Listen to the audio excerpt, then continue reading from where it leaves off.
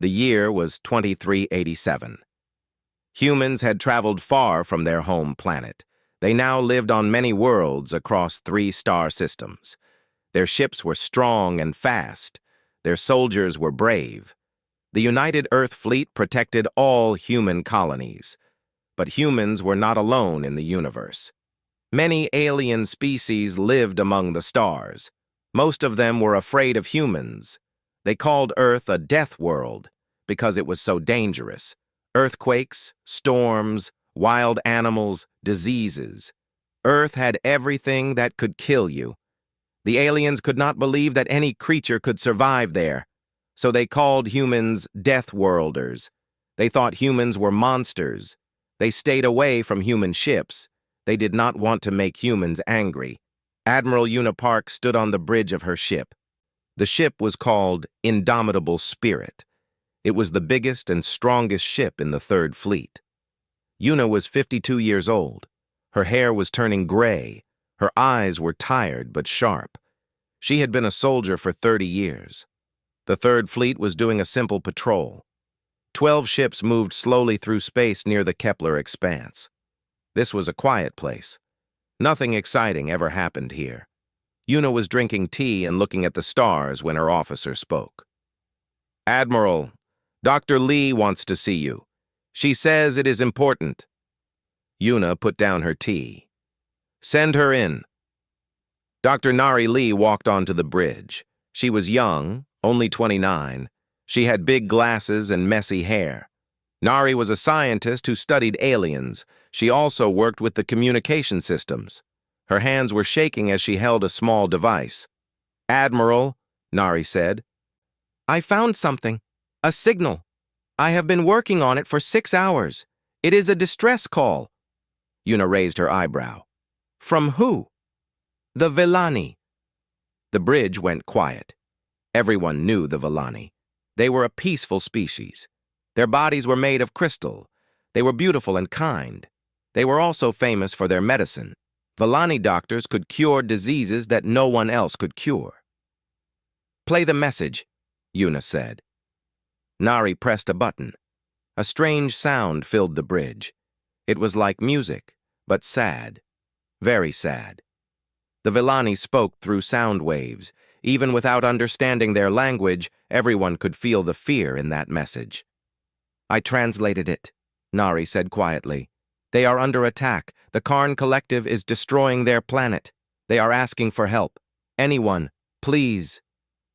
Commander Taeho Kim walked over. He was 34 years old, tall and serious. He was Admiral Park's tactical officer. His job was to plan battles. "Admiral, the Villani homeworld is deep in Confederation space. We have no agreement with them. If we go there, it could start a war." Una did not answer right away. She was thinking. The Karn Collective was bad news. They were insect creatures. They attacked weak planets and took the people as slaves. The Galactic Confederation never stopped them because the Karn were too strong. "Admiral," Taeho said again, "this is not our fight." Una looked at him. "Do you remember the colony ship Miracle?" Taeho was confused. "The ship that got lost 20 years ago?" "Yes. 3,000 humans were on that ship. Their engines broke. Their medicine ran out. They sent a distress call. But no human ship was close enough to help." Una's voice was soft. "Do you know who saved them?" Taeho shook his head. "The Villani. They came from nowhere. They fixed the ship. They healed the sick. They asked for nothing in return. My sister was on that ship, Commander. She was 8 years old. She is alive today because the Villani helped strangers." The bridge was silent. Una stood up straight. Her voice became strong. "When someone cries for help, you answer. That is what makes us human. That is what separates us from monsters." She looked at all her officers. "We are going to help the Villani." "But Admiral," Taeho tried to speak. "No." Una cut him off. "I know the risks. I will take full responsibility. But I will not sit here while good people die." She turned to the pilot. Set course for the Vallani homeworld. Maximum speed. The pilot's fingers moved fast across the controls. Course set, Admiral. Send a message to all ships in the fleet, Una continued. Tell them we are going on a rescue mission. Anyone who does not want to come can stay behind. I will not force anyone. She waited. 1 minute passed. 2 minutes. Then the communication officer smiled. Admiral, all 12 ships are following us. No one stayed behind. Una felt proud. These were good people. Brave people. Dr. Nari Lee stood next to her. Admiral, the Vallani are afraid of us. All aliens are. When they see human ships coming, they might think we are there to attack them too. Una nodded slowly. Then we will have to show them who we really are. The engines began to hum. Bright lights surrounded the ships. One by one, the 12 vessels of the Third Fleet jumped into faster-than-light travel. They were racing toward the Vallani homeworld. Across the galaxy, sensors on hundreds of planets detected the human fleet. Alien commanders watched their screens with fear. The Deathworlders were moving fast, moving with purpose. No one knew where they were going. No one knew why. But everyone was afraid. On the bridge of the indomitable spirit, Admiral Una Park looked at the stars streaking past her window. She thought about the Vallani crying for help. She thought about the Karn killing innocent people. She thought about her sister, saved by kindness so many years ago.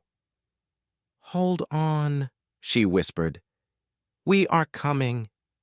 The Deathworlders were coming, and nothing in the galaxy would stop them. The human fleet dropped out of faster-than-light travel.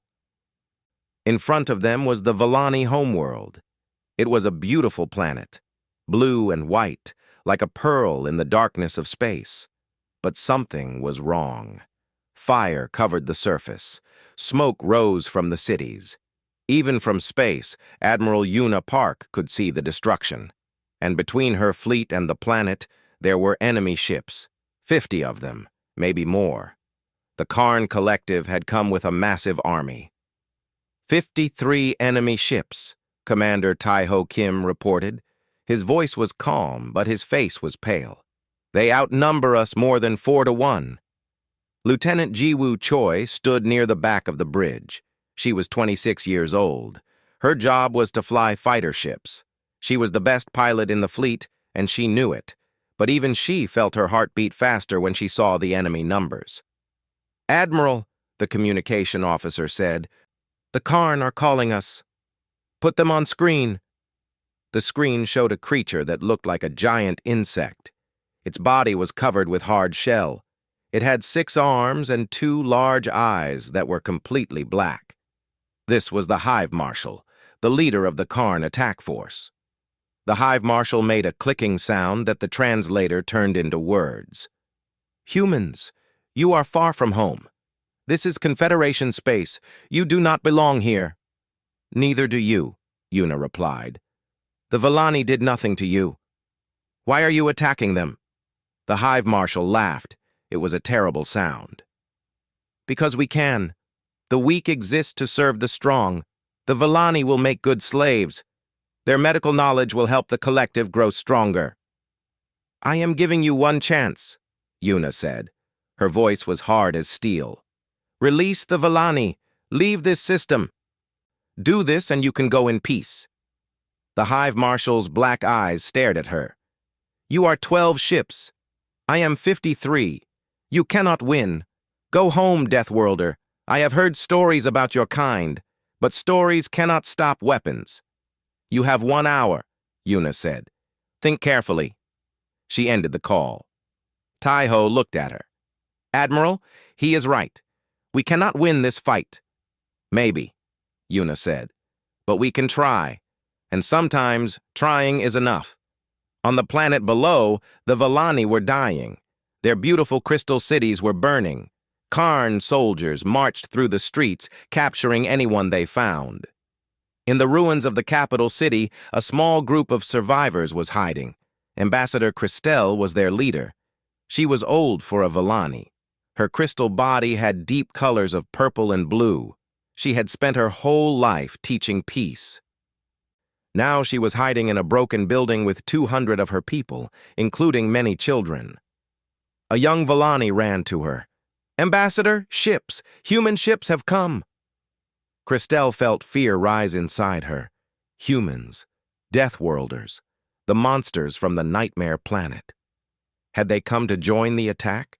Had they come to fight over the slaves? "We must hide," she said. "We must stay quiet." But then a voice came through her communication device. It was a female voice, speaking in the common galactic language. "This is Dr. Nari Lee of the United Earth Fleet. We received your distress signal. We are here to help you. Please respond." Christelle did not trust it. It had to be a trick. Why would Deathworlders help anyone? The voice came again. "I know you are afraid of us, I understand. But we are not here to hurt you. Please, let me show you." The communication device showed an image. It was a human woman with glasses and messy hair. She was smiling gently. Behind her, Christelle could see other humans working on computers. "My name is Nari," the woman said. "I study alien cultures. I have always wanted to meet the Villani. Your music is beautiful. Your medicine has saved millions of lives across the galaxy." She paused. "My grandmother was a healer. She survived a terrible war when she was young. She spent the rest of her life helping others. She taught me that kindness is the most important thing in the universe." Christelle listened. This was not what she expected. Nari showed more images. Human children playing, human artists painting, human doctors treating patients. "We come from a dangerous world," Nari said. "But that does not make us dangerous. It makes us strong, and we use our strength to protect those who need protection." A young Villani child moved close to Christelle. She was scared.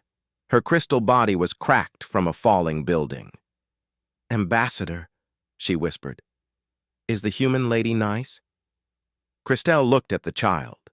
Then she looked at Nari's face on the screen. She saw kindness there, real kindness. "Yes," Christelle said slowly. "I think she is." She pressed the communication button. "Dr. Lee, this is Ambassador Christelle. We are in the capital city. There are 200 of us. Many are injured. Many are children. We will come for you," Nari said. "I promise. Just hold on a little longer." In space, the hour was ending. Senior Chief Dongho Bayek stood in the landing bay with his Marines. He was 45 years old. His face was covered with scars from old battles. He had been a soldier since he was 18. He had seen war. He had seen death. He had seen the worst things that existed. But he had also seen the best. He had seen soldiers carry wounded enemies to safety. He had seen people share their last food with strangers. He had seen courage in the darkest places. "Listen up," he told his Marines. "Down there are innocent people, families, children. The Karn want to make them slaves. We are going to stop that. We are going to bring those people home safe. Any questions?" No one spoke. They were ready. The hour ended. The Karn did not leave. Instead, they attacked. 53 enemy ships moved forward. Weapons fired, space filled with explosions and light. The Battle of Villani had begun. Admiral Una Park stood tall on her bridge. "All ships, engage the enemy. Fighter squadrons, launch. Marine teams, prepare for ground drop." She took a deep breath. "Today, we show the galaxy what Deathworlders really are." Lieutenant Jiwoo Choi ran to her fighter. Her squadron was called the Eagles. 10 pilots, 10 ships. She climbed into her cockpit and started the engine. "Eagle leader to all Eagles," she said. "Stay together, watch each other, and make those bugs sorry they ever came here." The fighters launched into space, into chaos, into war. The Deathworlders had come to fight. The Steadfast came out of hiding like a ghost. Using the gravity of the Valori moon, Commander Yoon had plotted a perfect path. The ship swung around the dark side of the moon at full speed, hidden from every Kreth sensor. When they finally appeared, they were exactly where the enemy did not expect them to be, behind the Kreth fleet. Lieutenant Commander Shin Mirai sat at the weapons station. She was 34 years old, with steady hands and eyes that could calculate firing solutions faster than any computer. Her crew called her the Angel of Death. Today, she would earn that name. "Captain," she said calmly, "I have 3 targets locked. Their engines are exposed. On your order." Captain Park Suho did not hesitate. "Fire." The steadfast weapons roared to life. Beams of blue light cut across the darkness of space. They hit 3 Kreth warships directly in their engine sections. The explosions were beautiful and terrible. Great flowers of fire bloomed against the stars. On the Kreth flagship, Warlord Drax was thrown from his command chair. Alarms screamed throughout his ship. Officers shouted reports in panicked voices. 3 of his warships had lost power. They were drifting, helpless, crippled in seconds. "How?" Drax roared. "Where did they come from?" "The moon, Warlord. They used the moon's gravity to hide their approach." Drax's yellow eyes burned with rage. No one had ever done this to him. No one had ever tricked him. "All ships, turn and destroy that vessel. Now!" The remaining Kreth warships began to turn. They were big and powerful, but they were also slow. The Steadfast was already moving, dancing between them like a small fish among sharks. Lieutenant Commander Shin fired again and again. Each shot was perfect. Each shot found its target. But the Kreth were not helpless. Their return fire began to hit the Steadfast. The ship shook with each impact. Sparks flew from damaged systems. Crew members were thrown against walls. In the medical bay, Dr. Choi Yuna was already working. She was 42 years old, a small woman with gentle hands and a heart made of iron. Wounded crew members began to arrive. Burns, broken bones, worse. She treated each one with speed and skill, never stopping, never slowing down. "We need more bandages," she called to her team. "And prepare for incoming wounded. This is going to be a long night." On the bridge, Captain Suho watched the battle unfold. The Steadfast was hurting the Kreth fleet, but they were taking damage too. They could not win a long fight. They needed to end this quickly. "Commander Yoon, status of the boarding teams?" "Ready, Captain. Master Chief Kang reports his Marines are in position." "Launch them!" Small assault pods shot out from the Steadfast. They were fast and hard to hit. Inside each one, human Marines waited in their powered armor. They were the best fighters humanity had. They were strong. They were fast. They were very, very angry. Master Chief Petty Officer Kang Doyen led the first team. He was 52 years old, with 30 years of combat experience. His face was covered in scars. His body had been broken and rebuilt so many times he had lost count. But his spirit had never broken, not once. His assault pod slammed into the hull of a crippled Kreth warship. The pod's cutting lasers burned through the armor in seconds. Then Kang and his Marines poured into the enemy ship like water through a broken dam. The Kreth warriors were waiting for them. They were huge creatures, almost twice the size of a human. Their claws could tear through metal. Their skin was like natural armor. They had never lost a close combat fight. They had also never fought humans. Kang fired his weapon as he moved. Each shot found its target. Around him, his Marines did the same. They moved as one unit, covering each other, protecting each other. When their guns ran empty, they used their knives. When their knives broke, they used their hands. The Kreth were strong, but humans were something else. Humans did not stop. Humans did not give up. Humans fought with a fury that the Kreth had never seen before. It was not just strength. It was not just skill. It was anger.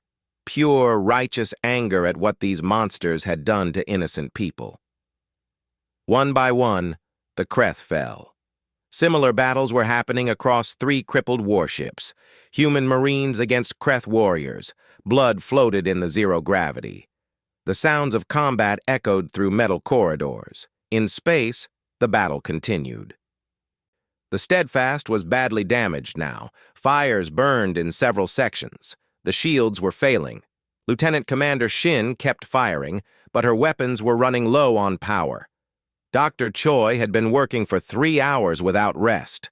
Her hands were red with blood. Her legs were shaking. A piece of metal had cut her arm, but she had not even noticed. She kept working. She kept saving lives. Finally, she collapsed. A nurse caught her before she hit the floor. "Doctor, you need to rest." Yuna pushed herself back up. Her face was pale, but her eyes were fierce. "I will rest when my crew is safe. Now hand me those surgical tools." On the Kreth flagship, Warlord Drax was desperate. Half his fleet was gone. 3 ships had been captured by human boarding parties. The human ship should have been destroyed hours ago, but it was still fighting. Still hurting him. "This is impossible," he growled. "They are just humans, weak little creatures from a young world. How are they doing this?" His officer had no answer. The battle had lasted 4 hours, 4 hours of fire and blood and death. The Steadfast had lost over 100 crew members. The ship was barely holding together, but the Kreth fleet was in worse shape. 8 warships destroyed or captured. The rest were damaged. Then Lieutenant Commander Shin scored her greatest shot, a single beam of light that cut through the flagship's weakened shields and struck its main power core. The great warship shuddered, its lights flickered, its weapons went silent. On the Steadfast bridge, there was a moment of silence. Then Commander Yoon spoke. "Captain, the flagship has lost power. Their shields are down." Suho opened a channel to the Kreth ship. "Warlord Drax, your fleet is broken. Your ship is helpless. I am giving you the same choice you gave me. Surrender now, and your crew will live.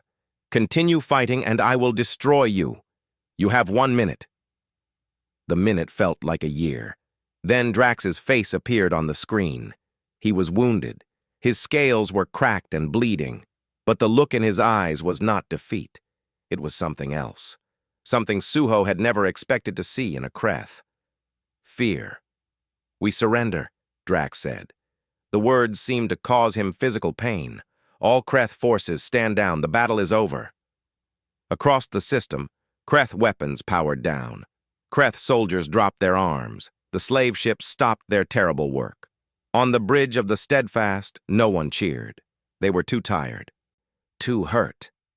They had lost friends today, family, but they had won. Against all odds, against an enemy 5 times their size, they had won. Captain Suho allowed himself 1 moment to close his eyes, 1 moment to feel the weight of what they had done. Then he opened his eyes and spoke. "Begin rescue operations. Get our people off those ships. Find every Valori prisoner and get them home, and send a message to Earth." He paused, looking at the burning planet below. "Tell them humanity answered the call." On the surface of Valori Prime, Elder Mirova watched human shuttles descend from the sky. Not conquerors, not invaders, saviors. She fell to her knees and wept. The nightmare was over. 3 weeks had passed since the Battle of Valori Prime. The galaxy was still talking about it. How 1 small human ship had defeated an entire Kreth fleet. How humanity had broken every rule to save a species they had never even met. The story spread from world to world, growing bigger with each telling. Now it was time for judgment. The Galactic Council met on Prime Nexus, an ancient space station at the center of known space.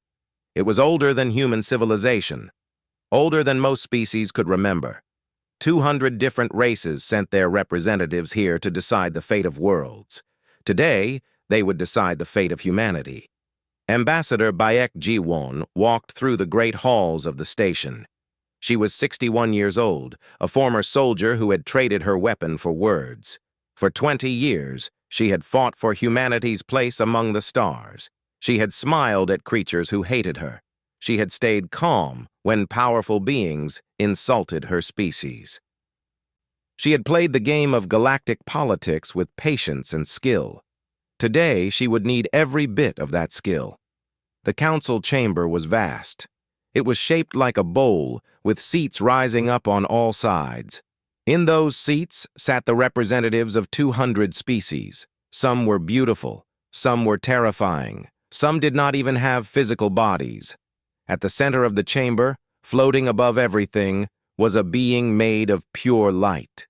High Arbiter Solus, the leader of the Galactic Council, a being who had watched civilizations rise and fall for 10,000 years. Ambassador Bayek took her place at the speaking platform.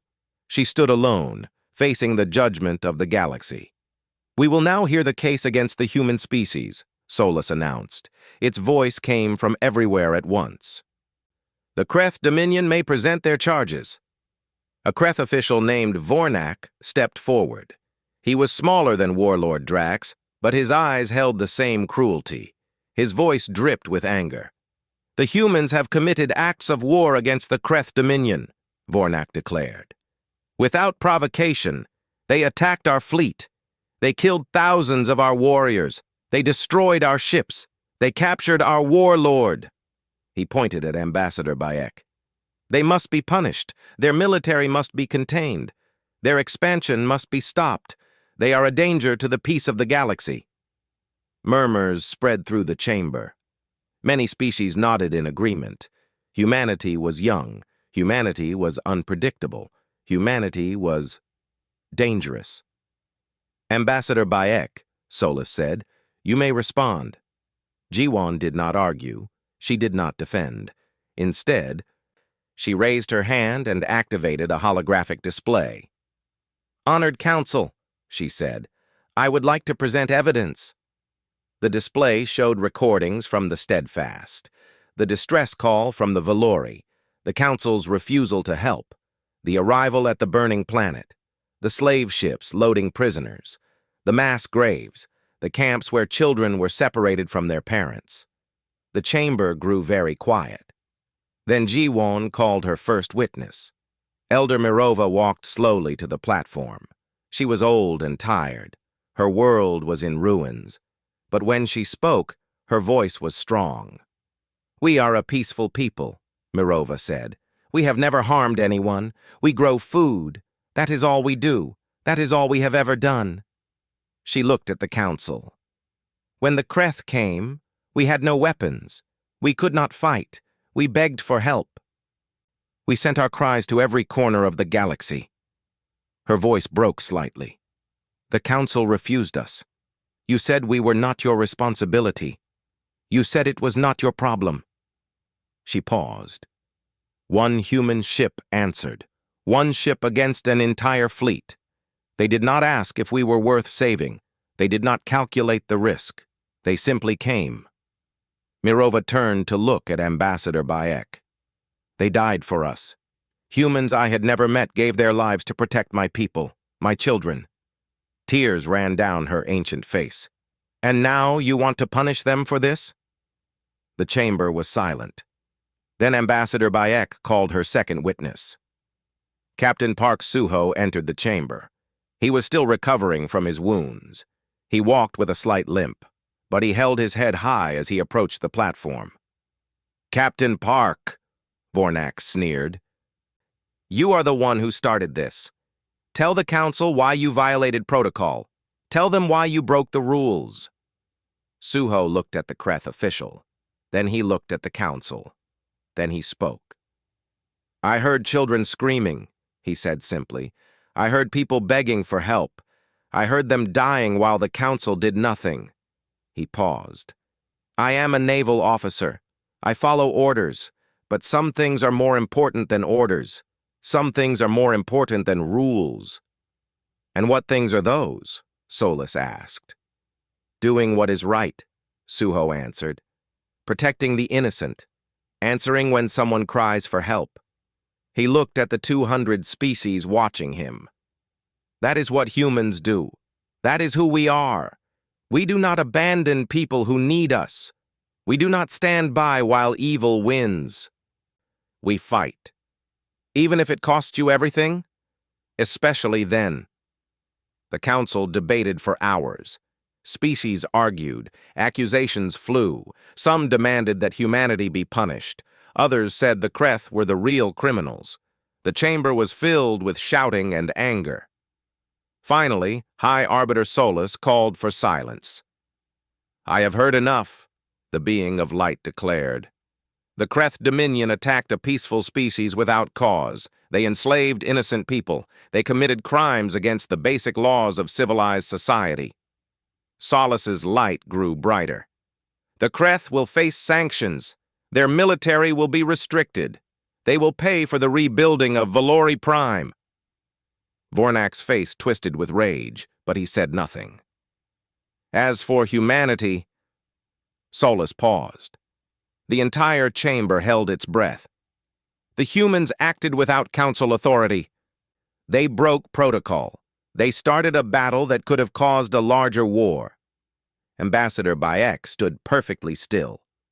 But they also saved an entire species from slavery and death. They showed courage that this council has not seen in a very long time. Solus's light seemed almost warm now. Humanity has proven itself today, not through power, not through conquest, but through sacrifice, through compassion, through the willingness to risk everything for strangers.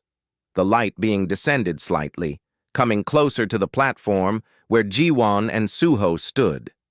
"The United Earth government is hereby granted full membership in the Galactic Council, with all the rights and responsibilities that brings." For a moment there was silence. Then, slowly, applause began. Not from all the species, but from many, more than Jiwon had ever expected. As the chamber emptied, Vornak approached Ambassador Bayek. His eyes were full of hate. "This is not over," he hissed. "The Dominion does not forget. The Dominion does not forgive. One day, you will pay for what you have done." Jiwon looked at him with calm eyes. "The Dominion remembers its enemies?" She smiled. It was not a kind smile. "So do humans. The difference is, we are much better at it." She turned and walked away, leaving the Kreth official standing alone in the empty chamber. Outside, Captain Suho was waiting for her. "Do you think he meant it? About revenge?" "Probably," Jiwon said. "The Kreth do not accept defeat easily." "Then we should prepare." "Yes." Ambassador Bayek looked out the window at the stars. Somewhere out there, Valori Prime was healing. Somewhere out there, humans and Valori were working together to rebuild what had been destroyed. "But that is a problem for tomorrow. Today we won." She turned to face him. "You did a good thing, Captain. A very good thing." Suho nodded slowly. He thought about the crew members he had lost, the friends who would never go home, the price they had paid. "I hope so," he said quietly. "I really hope so." 1 year had passed since the Battle of Valori Prime. The planet was healing. Where there had been ruins, new buildings now stood. Where there had been burned fields, green crops grew once again. Human engineers worked beside Valori farmers, sharing knowledge, building friendship. It was slow work, but it was good work. In the capital city, a new structure rose above everything else. It was a simple stone pillar, white and clean, against the blue sky. On its surface, names were carved. 137 names, every human who had died to save this world. Today was the anniversary. Today they would remember. Admiral Park Suho stood before the memorial. He wore a new uniform now. After Valori Prime, Earth had promoted him. They had given him command of the new Rapid Response Fleet. 20 ships, the best crews in the Navy. Their mission was simple: answer calls for help, protect the innocent. Do what the Steadfast had done, but with more ships and more power. Suho read the names on the pillar. He knew every one of them. He remembered their faces, their voices, their dreams. They had followed him into battle, and they had not come home. "You are thinking of them." He turned. Elder Mirova stood beside him. She was older now, more tired. But her eyes still held the same gentle wisdom. "I think of them every day," Suho admitted. As do we. Mirova looked at the memorial. Valori children learn about them in school. They call your people the Star Guardians, the ones who came when hope was lost. She smiled softly. You are heroes to us, Admiral. Not because you are strong, because you cared. Suho did not feel like a hero. He felt like a man who had done what needed to be done and lost friends along the way. But he understood what Mirova meant. Sometimes caring was the bravest thing of all. Around them, the anniversary celebration was beginning. Valori and humans gathered together. Music played, food was shared, children laughed and ran between the adults, not caring about species or differences. They were just children, happy to be alive. Commander Yoon Hana found Suho near the memorial. She commanded the Steadfast now. The ship had been repaired and upgraded. It was faster, stronger, better. But the name stayed the same. It would always stay the same. Admiral, she said, the ceremony is about to begin. Thank you, Captain. He smiled at her new rank. She had earned it 100 times over. How is the old ship? Better than ever.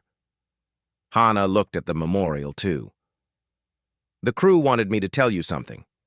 They said that wherever you send them, they will go. Whatever you ask them to do, they will do it.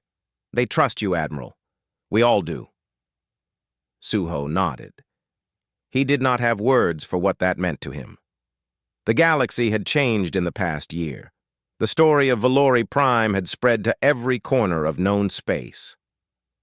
Species who had been afraid of stronger powers began to look toward humanity, not for conquest, not for weapons, for hope, for the promise that someone would answer when they called for help. Commander Kim Tae-ho now led a new diplomatic mission. He traveled from world to world, teaching human history and culture. He showed other species who humans really were, not the wild, emotional creatures the Council had dismissed, but a people who protected the weak, who fought for justice, who never abandoned those in need. The Kreth Dominion was quiet. The sanctions had hurt them badly. Their fleet was reduced. Their influence was broken. But intelligence reports said they were rebuilding in secret, forming new alliances with other aggressive species, planning revenge. War was coming. Maybe not tomorrow, maybe not next year, but it was coming. Humanity would be ready. The ceremony began. Elder Mirova spoke first. She thanked the humans who had saved her world. She spoke of friendship between species. She spoke of hope. Then Admiral Park Suho took the platform. He looked out at the crowd, Valori and humans together, survivors and saviors. He thought about what to say. He had prepared a speech, but now it felt wrong, too formal, too cold, so he spoke from his heart instead. 1 year ago, a ship heard a cry for help. The ones who made that cry were strangers, different species, different world, different everything. He paused. But that did not matter. Because somewhere in human history, we learned something important. We learned that when someone needs help, you help them. When someone is hurting, you protect them. When evil threatens the innocent, you stand against it. He looked at the memorial pillar. These names belong to people who understood that. They did not die for glory. They did not die for power. They died because they believed that some things are worth dying for. Kindness, justice, the smile of a child who gets to grow up because someone cared enough to save them. His voice grew stronger. The galaxy is watching us now. They want to know what kind of people we are. I will tell you. We are the people who answer. When the universe is dark and cold and terrible, we are the light. When the powerful hurt the weak, we are the shield. When all hope is lost, we are the ones who bring it back. He looked at Elder Mirova, at Captain Yoon, at all the faces watching him. That is who we are. That is who we will always be. And as long as there are humans in this galaxy, no cry for help will ever go unanswered. The crowd was silent for a moment. Then they began to applaud. Valori and humans together, celebrating not victory, but something better, hope. As the celebration continued, Suho walked back to the memorial. He touched the cold stone, feeling the carved names under his fingers. Elder Mirova joined him again. "May I ask you something, Admiral?" "Of course." "Why did you really come? Not the speech, not the official answer, the real reason." Suho considered the question.